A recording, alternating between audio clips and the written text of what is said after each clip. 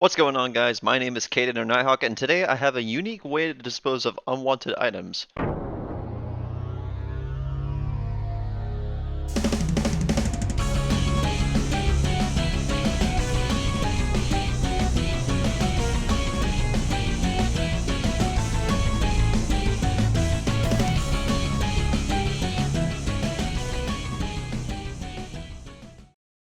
So normally when you want to dispose, say your brown dye that you really didn't need for your wool or whatnot, you would take it, you throw it on the ground, chuck it in flint and steel, let it burn to death, and then that's it. But what if you don't want to do that?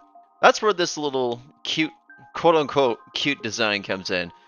It's like a trash compactor that just pulls out a cauldron and then hides behind a wall, disposes of the items in this dropper located here, and then like into some cactus or lava, and then puts out the cauldron for the next victims here. So I'll go ahead and give a quick demonstration here, and then we'll go in-depth detail on how this breaks down. So let's say got some polished andesite here, and I just don't need it, so I chuck it in here and make sure it lands in the bin. Hit this button here. You can see down below here, this would like feed into a cactus or some lava like down into the void. And we keep dispensing the items until this hopper minecart here is done being empty. While it's doing that though, it's keeping this redstone clock charged up, and it resets the cauldron out here for the next victim, and the wall closes up behind it. Now over here I have like an exploded view of how this whole system works. So going from starting at the purple here, basically what happens when we hit this button, we're providing an update to these observers via these droppers, supposedly getting an item, but there's no items in there, but we can still receive updates. This is pretty much our input right here, where the sticky piston spits out the observer and it connects up to this line here, which would feed into our double piston extender circuit here. And I have it wired in a way so it spits out a block so it spits out its block. But in this example, I mean, it will extend and retract. I can show that really quick here. Really simple, really nice circuit. And also down below here, with this guy, it's spitting out it's retracting this block here, and so we can extend the cauldron from our circuit and go on from there. So yeah, that's what that hooks up to here. And then in the process, we've got this I like to call them, I know they're called pulse extenders. I like to call them redstone capacitors, but the redstone feeds down into here and it charges up our capacitor, which then retracts the input observer here for a short period of time, and then extends it to fire the circuit again in a specific order. And then of course where the items go is into the hopper minecart from the cauldron, into the hopper, into the dropper, into the simple drop item shootout circuit right here, and you know, just goes from there. And of course there's a line that feeds up to the capacitor to keep it charged so this system doesn't fire falsely. And yeah, the reason we got a slab here too is just to make sure that the lines, these redstone lines don't like, you know, we need the redstone to run down here, so that's why this is a slab. And yeah, that's pretty much it. I think it's just about time for a tutorial here. Right here in front of me I have the basic schematic for our circuit that we are going to be building here. In this chest here are all the materials. So you're basically just going to need 3 droppers, 7 observers, 6 sticky pistons, and then you'll need another hopper for one of these droppers here. But then you'll also need to get the minecart with the hopper into the system, you're going to need to use a rail. Then after that, for redstone components, you're just going to need a redstone torch, 3 redstone comparators, 6 repeaters, 18 redstone dust-ish. There might be a tolerance here that I might be off, so you just have some more just in case. And then you're going to need to use a wooden button. You can't use a stone button just because of how I have the design set up with the pulses going throughout the system.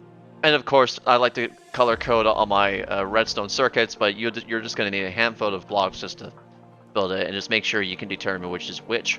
So let's go ahead and build this step by step, one bit at a time, starting with our input.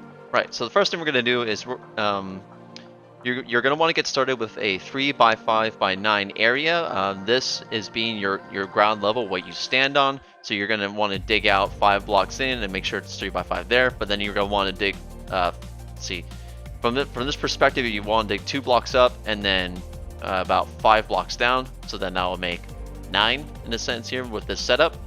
Go ahead and place in our droppers here.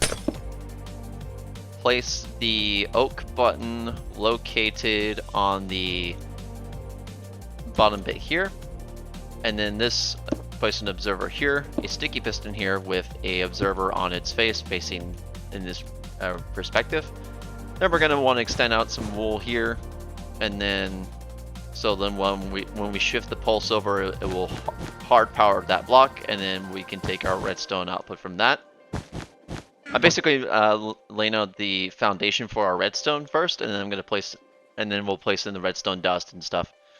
Let's see. So then we're gonna go 1 block down from this block here, and then we're gonna go a block, observer, and then a block.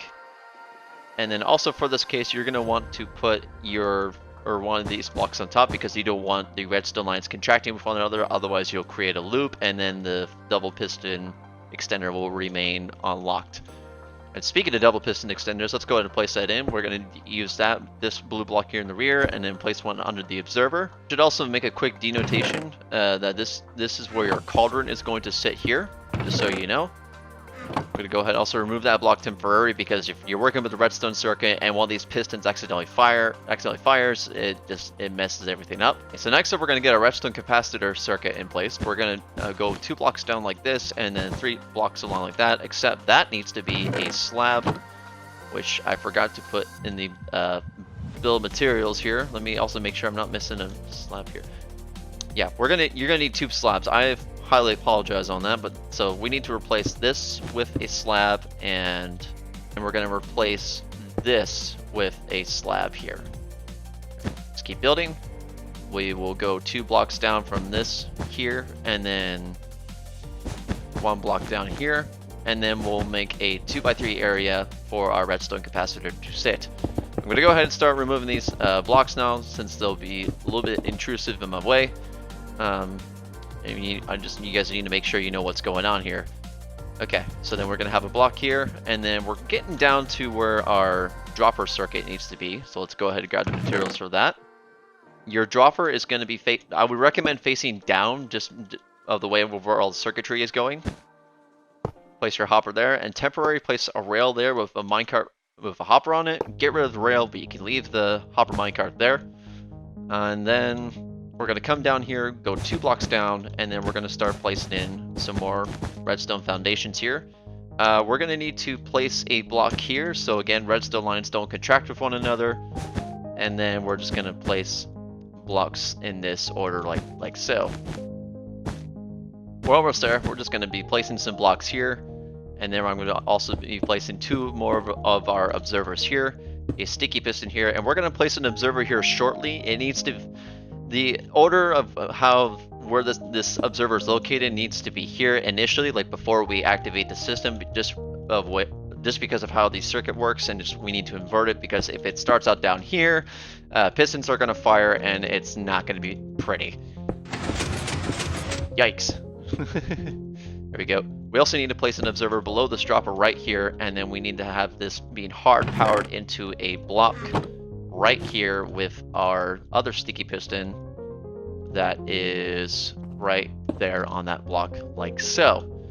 And lastly, we need to place a piston right here, and now it is time for our redstone to go in place. Go ahead and just deposit all these materials really quick, and then let me go ahead and grab my redstone resources. Of course, place your button right there, and then we're going to place a repeater right here, set it to 4 ticks. We're going to run redstone dust all the way over here, and place a repeater on this observer, set it to 2 ticks, place some redstone dust right there.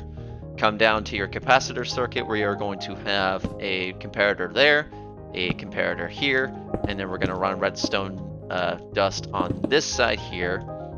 Actually, it might be better to put your comparator like this, and then your comparator like this, and then some redstone dust right there. We're going to have redstone dust here, repeater. Do not need to set the delay we need to temporarily break this and then place a comparator right there. Make sure it is set to subtract mode so we can activate this clock to dispense our items. And actually this needs to be a repeater set to no extra delay, and then just run redstone dust right into there like so. We need to place a redstone torch right here so we can power this piston and then this piston, and if in case this piston fires here, just go ahead and quickly replace the piston. And then last but not least, to complete our capacitor circuit, we need to put a piece of redstone dust here, 2 repeaters both set to 4 ticks, and then a piece of redstone dust right there, and that should be the circuit complete. So let's pretend that this green block here is like our wall, and then this blue block is the cauldron. What we should see is the blue block get we should first see that the piston will retract the green block, and then the double piston extender will fire and retract our blue block here, and then after the capacitor runs out, we should see the piston will fire up again here, but then it will retract and loop it afterwards. So if I go ahead and hit this button, perfect. And then after a little bit, the green block will retract, and then we can keep pressing this button whatsoever. So now let's go ahead and get the real blocks in. Go ahead and get rid of these temporary blocks. Go ahead and just place that there for now. Get our cauldron, and then say if we have some redstone dust that we didn't want, I don't know why you wouldn't want it, hit the button, it will retract. Our capacitor will still be kept charged while the items are being dropped out. And then once the dropper is done dispensing items, the capacitor will run out, our cauldron will come back, the wall will close up, and that is the build complete. So anyway guys, one thing I will note, you could supposedly use a compositor instead, but the thing with that is you need to find a way to move this design around so that you can place the hopper minecart onto a slab, because the hitboxes are a little bit different of a cauldron versus a compositor here, which I'm going to show really quick.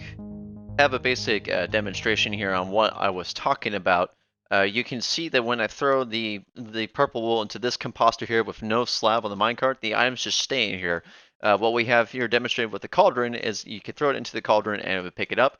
So for the compositor to work, you're going to have a slab underneath the hopper or minecart here, and then when you throw it in, the items will be picked up, and yeah. So anyway guys, this is just a little creative design that I wanted just to share with you guys. Not really required if you want to in your base, but if you want to have something fun, you know, this is something pretty cool to have in your base. But other than that, I've been Nighthawk, and I will see you guys later.